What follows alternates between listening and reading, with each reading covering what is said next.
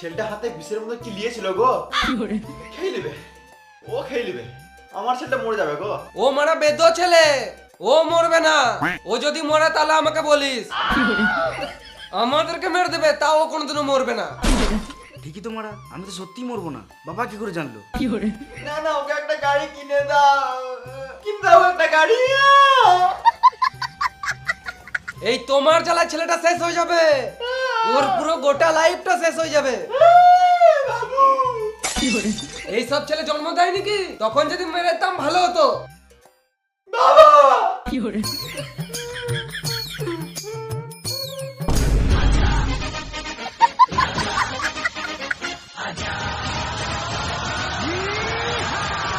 এ বাবা, আমি তোর বাবাকে বললাম, তোরা বললো গাড়ি কিনে দেবে, হাতে যেটা আছে না ওটা খেলে না, মানে আমাকে দিতে। আমি লোকে সব শুনেছি।